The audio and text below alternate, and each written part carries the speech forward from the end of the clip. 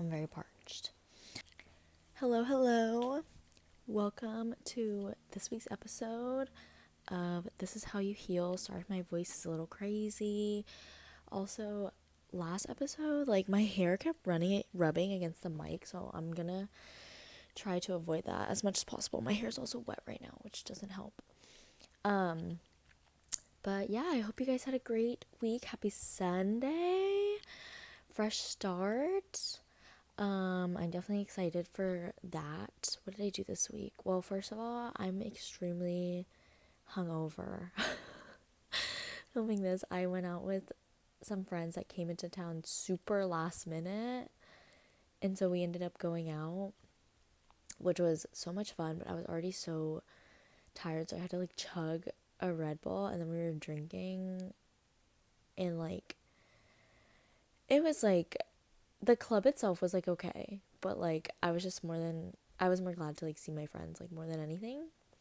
So yeah, I was supposed to have Pilates this morning. Literally missed it because I was up until 5 a.m. and then I wake up naturally at 9.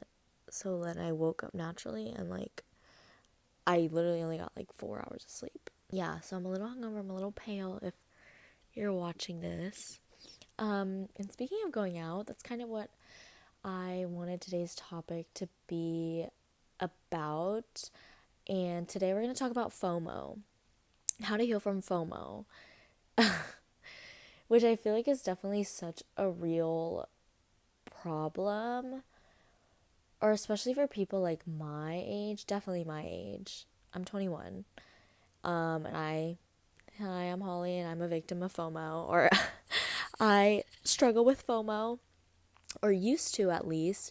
So I kind of just want to go through that journey a little bit and how I kind of got over it and the mindset that I'm kind of in now and things like that. Because I really do think it is just a mindset, and I feel once you conquer that, it's super easy to not be bothered by it anymore.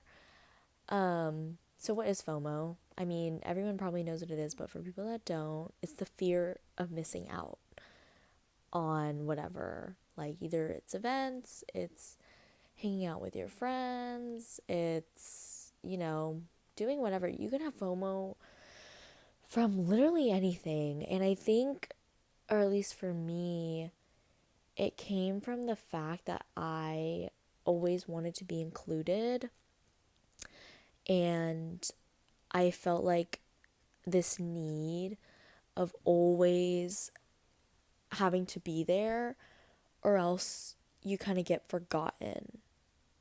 And it's super scary to think about. And I think FOMO can stem from so many other reasons too, but I think that was my main one. And I think I really started experiencing it bad when I was in high school, I would say, because I mean, I didn't really have a great group of friends around me in the beginning of high school, before COVID. So it was really difficult for me to try and find those people that I felt comfortable with. And it was really a struggle for me.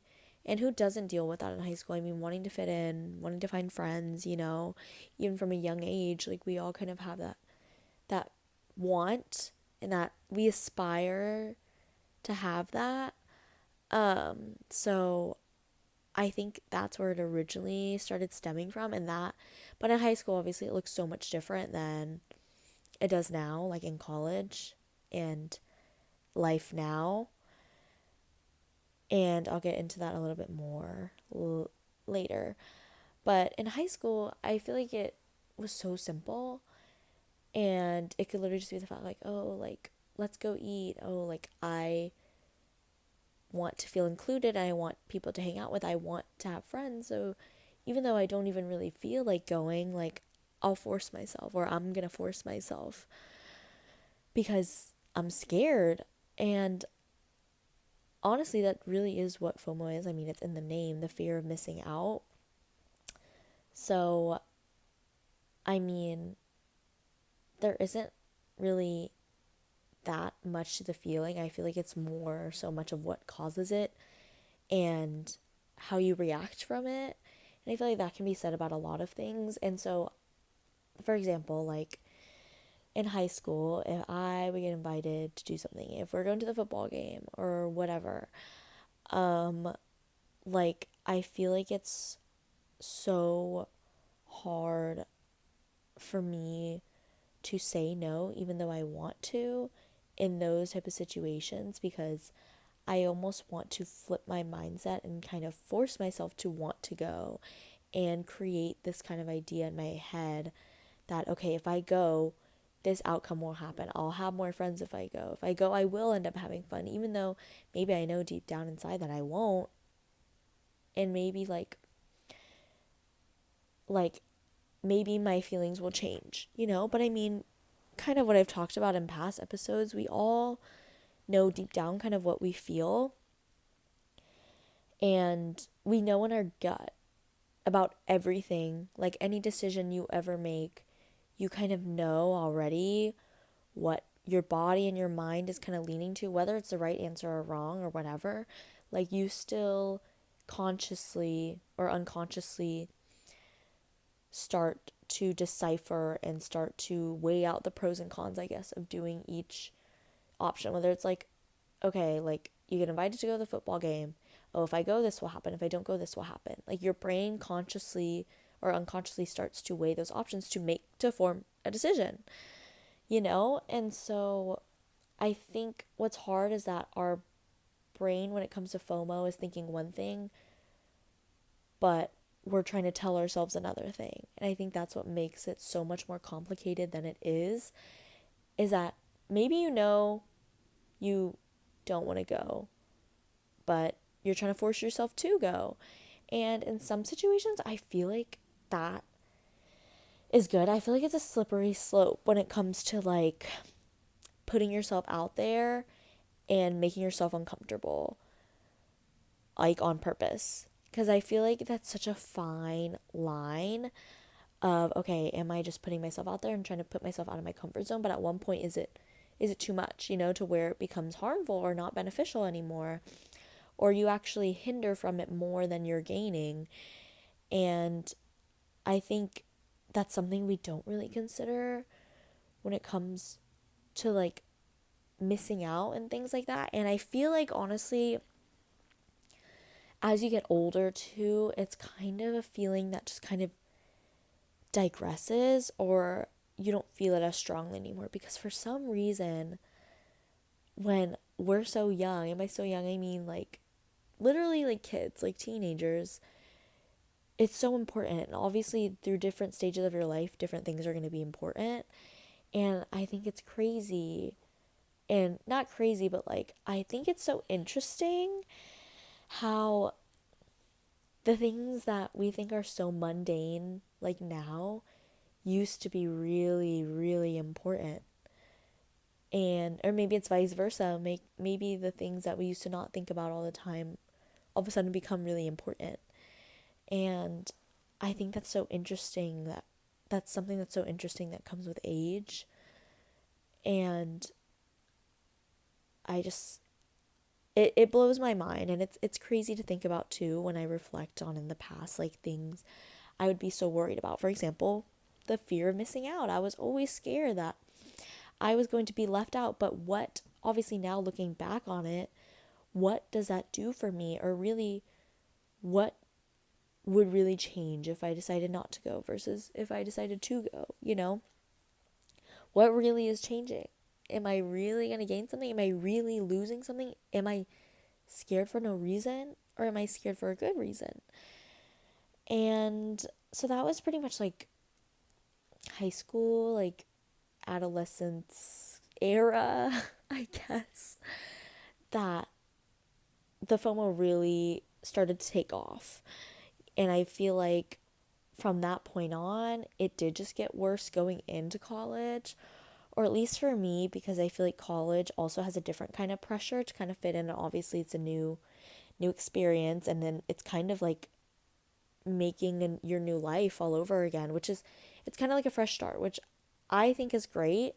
But you know, it's also comes with its own pressures and stresses as well. Again, you're trying to learn how to fit in, you're also growing into your body and your mind. And so I think FOMO in college looks a lot different, even to now working and outside of college. I feel like FOMO looks a lot different too. And even into adulthood, like what does that look like and how can it be healthy? Because I feel like there is a healthy balance of FOMO. And I remember one day, like, honestly, like, I remember, like, it just, like, clicked one day. Like, I remember I honestly just woke up one day and I didn't feel it anymore. And I feel like that is with so many other feelings in life. But it's kind of crazy how one day you can feel something so strongly and then the next day you don't. And I think that's so interesting, like how your brain can rewire itself. Because I really did just one day I woke up and I was like, this doesn't matter anymore. Like any of it. Like any type of FOMO, it didn't matter. Because like why does it matter? Why did it matter to me back then and why should it matter now? Because I think even what I said in like last episode, if you listened, I think our time in the space that our brain takes up and how and the ideas we think about and things, I think that is so precious and that is so beautiful and that's so important what we choose to think about and kind of consume our thoughts with. And I know it sounds so stupid. Like it sounds so crazy. Like, oh, like obviously like your brain physically can't take up space. You know, it's not like a computer, but in some ways it can. Like, I don't know if you guys ever get that feeling of like you think about something to the point of exhaustion, like kind of like overthinking, like when you overthink and shit. Like it's like you think about it so much that you physically get a headache or like you can't anymore. Like you can't physically think about it anymore because it just hurts. And it's like you've thought about it so many times and you've thought about different outcomes and you've thought about whatever it is for however long, for so long, to the point where it's like there's your brain almost crashes. I feel like that happens to me a lot now, obviously, but when it comes to FOMO, I feel like it happens so often because I would just think about when I would choose not to go to like certain events or whatever, I feel like my head would just flood with thoughts of like, oh, like what are these people doing? Like, oh, I bet they're having so much fun, blah blah blah. Blah. Like, oh, should I have gone? Should I really have gone? Like, should I go now? Like, you know, those type of impulsive thoughts, like just the overthinking nature of it. And, you know, going back to like that space and what we choose to think about and kind of cloud our mind with is so important. And I think we should be mindful of what kind of thoughts we are putting into our heads and is it really going to hinder us, you know, or benefit us, especially when it comes to overthinking. I mean, and obviously it's so much easier said than done, like, oh, like just don't overthink. But I'm not saying don't overthink because like that's not possible. But I think there's a healthy way of going about it, even with FOMO. Like, I think it's even worse to try and like push those feelings down and like not address them or like try to act as if it's bad to feel those things, because also like in society, like when did it become like such a bad thing to like feel emotions? Like I am a very emotional person. If you know me personally and you're watching this, hey, but like you know I'm an emotional person. I am an emotional person. I don't try to hide that. I don't think it's something to hide. Like no matter who you are or how old you are, like I think that's so odd that we try to like hide emotions even from ourselves.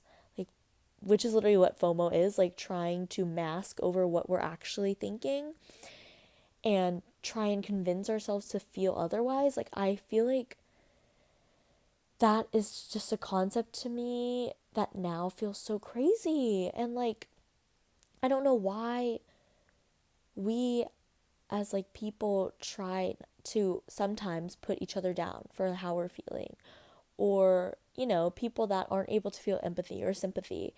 And maybe it's a condition, like an actual condition, whatever, but I feel like it's so glazed over now when people feel so strongly about things and it's almost looked down upon. But I mean, you have emotions from anything. Like anything can kind of can be a trigger or can kind of evoke emotion, whether if it's like music or it's like, just hanging out with your friends or not hanging out with your friends, or, doing something by yourself. Like, I just think it's so weird that we now try to kind of like hide our emotions, everyone, like not even just me, like, and I mean, I'm guilty of it. Like, I hide my emotions from my friends, my family, like, because I think we're all just scared of overreacting, but also of how other people react to our reaction, which I don't even know if that makes sense, but like, because no one wants to be a burden. I don't want to be a burden. I don't want to burden other people with my thoughts or how I feel, or like, because I think we are wired to think that, it's our thoughts, it's our kind of load to deal with. But then again, I think it really comes down to, really coming to terms with yourself and knowing that it's okay to feel certain ways. And when it comes to FOMO, I don't think it's bad to feel FOMO. Like, I don't. Like, I feel like it is something you can't, get rid of. Like, you can't really stop from ever not feeling that.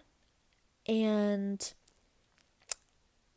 I guess what kind of helps me, or I guess coping mechanisms, which I wouldn't even call it that, but like ways that kind of help me through my FOMO, or did, was, you know, I try and find things that to occupy my time with for myself, like doing things by myself. And I think like that is one of the main things that kind of challenges FOMO, or I think really, really helps with that, because I think a lot of it has to do too with not wanting to be alone. And I mean, I lived alone for almost 3 years now. And I mean, I've always been pretty independent. And, so with that too, I mean, it's not like I don't get lonely. Like, it's not like I never get lonely. And, I feel like it's hard, especially at least for me living in America, somewhere where being alone is shown as like scary and kind of looked down upon, which I have never understood either. Because I think being alone is great. And I think it actually says a lot about you and someone and what they do in their alone time versus what they do with their friends. Because that is valuable time, and what you choose to do with your own time is can say a lot about a person, I feel like. So I think what helped me a lot was when I was struggling a lot with FOMO and it just gets really overwhelming. I, first of all, don't go. Like, or trust your gut. If you really want to go and you won't regret it, or you won't, have mixed emotions later, then go. But if, I think really step one is like, you gotta force yourself not to go. Like, I think you just gotta rip the band-aid off, at least for the one time, like at least for once.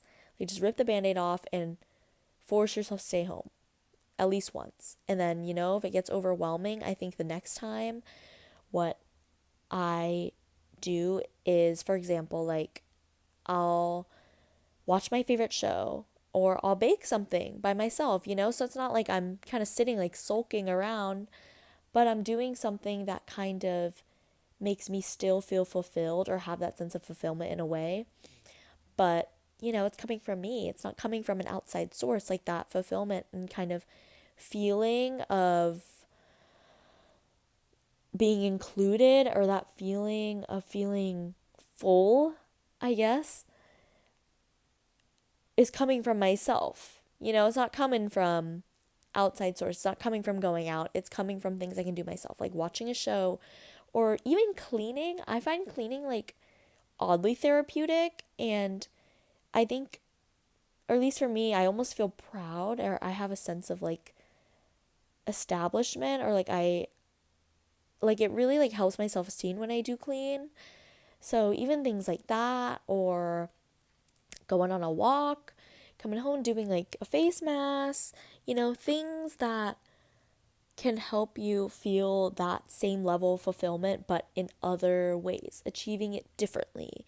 It's kind of like when you eat, right? It's like the goal is to get full and to be satisfied, but you can eat different things to get full. I could either eat like a shitty, greasy, like fast food, like pizza, whatever, or I can eat something that, won't make me feel like shit later. But both are going to get me to the outcome I want. Like I'm going to get full, but which one, there's different options. There's different ways to feel fulfilled without having to do things that are scary or like make you feel uncomfortable. And it's just finding what those things are. Like really, like at the end of the day, I feel like, whether it's hobbies or even it is doing nothing. Like maybe it is just sleeping early and getting extra sleep. Like I feel like that's something that's so overlooked too. I feel like sleep is a form of like therapy. It is very therapeutic as well. So maybe it's sleeping early. And sleep can also be used as a distraction. Like I hate to say it, but like it can be.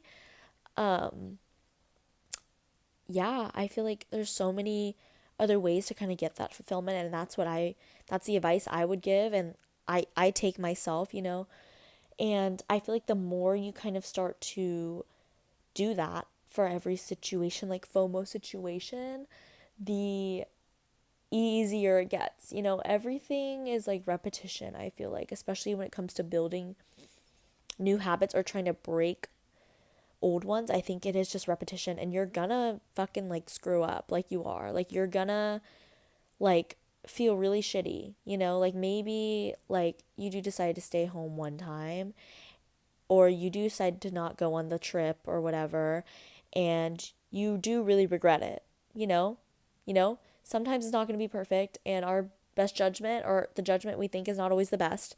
you know but I guess to come back from that, or something that helps me when I kind of feel that sense of regret, is that, again, to kind of feel that emotion. Don't try and be like, oh, well, I do regret going, but you know what? Like, oh, they're better off anyway. I'm better off anyway, blah, blah, blah, blah, blah. I feel like it's good to kind of sit in the emotion and kind of think, wow, like I do regret it, because that's what helps you learn. Like, ultimately, it's not the gaslighting, and it's not the trying to flip your mindset like on and off that kind of helps you learn. It's thinking through things like wholly. And honestly, when I think about thinking through my emotions, I almost think of it as like a circle. Like I not like there's a time frame and it's like, okay, like let me really think about this. And I allow myself to, that's kind of like the start of the circle. And I kind of allow myself to fully feel everything and talk myself through everything, like, oh, like I do regret going on this trip, not going on this trip. And, I do really miss my friends, and it sucks that I didn't get to go. And so, why would I think that about myself? I bet they're having so much fun, and, I allow myself to talk through that regret. And once I kind of get everything out of my system, that's the end of the circle. That's it. We're kind of tying the knot, we're settling down in the thoughts, and after that, I feel like it's easier to digest. Um, because I feel like when it comes to sudden emotions like that of regret and like of like FOMO, I feel like it's so easy to just want to like push to the side or push it around or like not address it in that moment. But even like when I'm on my phone and shit and I see people like out doing things and I know I could have gone, like I'll like even put my phone down and I'll think and I'll be like, oh, like do I even really want to go? Like do I like would I even really want to? Cuz yeah, I'll be on my phone and I'll think like, oh, that looks so much fun. But like and then I'll just be like, oh, scroll. Oh, don't think about it. But like then I put my phone down and really think like, wait, like do I really want to go? Is that something that like I really like care about and like something that I want to do? And half the time it's no. Maybe like once or twice it'll be yes now and then. And that's fine, you know? And like again, like I just think through it and be like, oh yeah, like it would be fun, but you got to see the glass half full. Like, yes, it would have been fun if I went, but I'm doing this now. You know what's also fun? Sitting in bed and watching Sex in the City. So there's so many other ways to kind of combat the feeling, and I think it is just a matter of finding them, and it's going to take a lot of trial and error. I mean, for me, like some nights like I would, just sleep really early, or I would have to turn my phone off, or maybe it's watching YouTube videos of, like Alex Earl or Tana Mojo, or like people going out to kind of fill the void. And you know what? That's okay, because that's all a part too of like learning what kind of fulfills you in different ways. And, even if it's picking up old hobbies, like some of the hobbies I've been doing is like I started making bread, I started making sourdough again. And so that's been really nice. I used to play golf a lot and I started playing a lot more recently. That's really something I like to do on my own time. Like I said, cleaning. And I've been working a lot too if you live by yourself or if you even have your own room. I do a lot of like home decorating, or I do try to do like interior design. So even if it's like, oh, like I'm gonna buy this shelf or I'm gonna buy this like picture frame and then I'm gonna, figure out where it goes. I'm gonna hang it, I'm gonna build it, by myself. I can watch a show. Um, Started cooking more, baking, love that. That's really fun. And I'll put like on like a podcast in the background so even you can listen to this while you discover new habits or whatever. I love putting on a podcast in the background. It gives me something to listen to and also kind of gives me a sense of fulfillment too. So that could be really funsy. Or, there's so many things. There's so many things. Like walking, exercising, even if it's just going on a walk around your neighborhood and then coming back, I think it helps so much more than like we think. And yeah, I mean, and going back to like when one day I just woke up and it didn't matter anymore, that's such like a hard feeling to describe. Like, and I feel like people say that a lot about so many different scenarios. Like, oh, like you just woke up one day and I knew you weren't the person for me when it comes to relationships or like friendships. Or I woke up one day and I knew this was the wrong decision, this is the right decision. And I think our brains work in like crazy ways. And maybe that feeling is unexplainable. I don't really know why it happened or why I felt that way. But I did, and I've talked to some other friends too that, also just woke up one day and they decided, this isn't important anymore. And I feel like it does have something to do with type of like detachment almost. Like it's kind of like when you are about to like leave a relationship or whatever. Like, and some people say, I don't know if this is true. It's never been true for me in a relationship standpoint, like detaching yourself before you break up with someone or whatever. I've never felt it that way, but it's almost like a similar feeling. Like your brain kind of detaches from a feeling before you, are fully ready to let go. So, like, maybe, or at least for me, that's kind of the only reasonable explanation of how to put it into words for me. Like, your brain kind of detaches from the feeling of FOMO slowly and gradually over time. And then eventually, you just wake up and it's not there anymore. And I think it's beautiful, and it's also really scary how we can almost flip a switch like that depending on the situation. But I think in terms of like FOMO, it was very surprising. Like, I wouldn't say relieving. I've heard some people describe it as relieving, like, oh, I just don't feel, like burdened to go out anymore, blah, blah, blah. And I think that's great. I feel like it evokes a lot of emotions. But for me, I kind of just felt like surprised. I was like, wow, I didn't know I could even feel this way.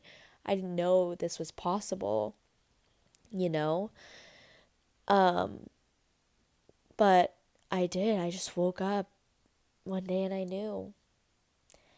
And I just didn't think about it the way I did anymore. And going into like adult life now in terms of FOMO, I think we all, or at least for me and the people I know, and I feel like this speaks for a lot of society as well, like we all are kind of fighting our own battles at the end of the day, to where we are so self absorbed in our own life, in our own journeys, or whatever, to where we just don't have time to think about it anymore. We don't have time like we used to kind of think about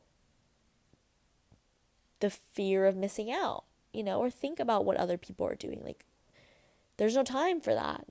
And I watched a YouTube video the other day about this girl saying how that's bad that we're so self absorbed in ourselves nowadays, and how everyone is kind of doing their own thing in their own life, and. But I don't know. I feel like at the end of the day, we all know, I feel like it's a universal understanding that we're picking ourselves at the end of the day. Whether you're married, in a relationship, you can have the best friends surrounding you, whatever. But at the end of the day, we do only have ourselves. It's always been me, myself, and I, you know? And not in a way as in like, oh, like, don't trust anyone and don't put your trust in people. But I think, we all know that we're trying to make decisions for our best judgment and what we think is best. Like, I'm making decisions based off of what I think is best for myself. And my friends know that. Even people I work with know that. And that's a mutual understanding. Like, I know my friends are going to do things that are in their best judgment. We don't have the same judgment. That's fine. That's completely fine. But it's not for me to kind of insert myself into that portion of their lives. And so I think, you know, again, it's about finding balance, that balance of being able to own and have your own life, and and eventually that becomes greater than worrying about other people's lives and how other people's lives affect your life, you know? And so when I think about FOMO now, like since high school and since beginning of college, it looks so much differently and definitely healthier, and it definitely took me a while to get to that point in life to where it was kind of healthy, and like it was something that I didn't burden me every day. And it just doesn't look the same. I mean, I love my friends and I love the people I surround myself with in my life, but they're not my whole life. And I feel like even when I try, or when that feeling like even starts creeping in a little bit, like the feeling of FOMO, like I just tell myself that like they're important to me, but they're not everything to me, and they have their own lives. Your friends, whoever that you are so concerned about and so dying to like be around or whatever, they have their own lives. They're doing what they think is best. So I need to do now what's best for me. And if it's not going to the club, then okay, let's not go to the club. No, but I do think it is deeper than that, but also it's not. Like, I feel like what causes it is pretty deep and important to understand. Like, at the end of the day, like, if I never really tried to kind of not get rid of this feeling of FOMO, but like, if I never really tried to control this feeling and, you know, really, I guess, kind of like, yeah, like control it, I wouldn't have thought about it so deeply. And I think, because, or at least when I was younger, I didn't think it would become such a big problem and I didn't think it would consume my life and kind of shape my actions. But yes, at one point, I feel like I was doing things because I didn't want to have FOMO, and that was it. There was no point, like, period. It's not like I wanted to go at all, it's because I don't want to have that feeling, the loneliness and, the missing out, and I want to be included, and I feel like I felt that so strongly back then and I didn't know that was bad. And I'm not saying it's technically bad, but like, I feel like once it starts to consume your life, it's really hard to kind of recognize that. And once I started to kind of recognize it and talk myself through it, really, of why I feel this way and what causes it and what triggers it and how I think I can be better. And, I think that's really step one for anything when it comes to healing. I mean, it's really just self analyzing, and self criticizing, but not criticizing in like a bad way or a negative way. I mean, constructive criticism and really thinking about what mindset am I in, And so,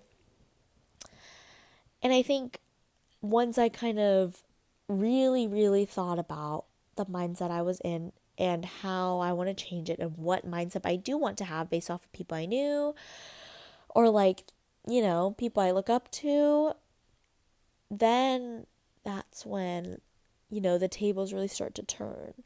And then when I can really start implementing these better habits or really, trying to think about things full circle, yeah, it was definitely hard.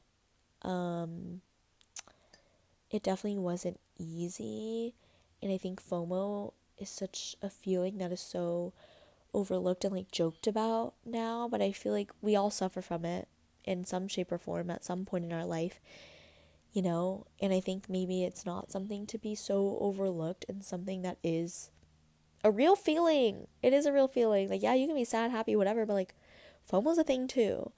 And I think that what also can be so toxic is to try and overlook it.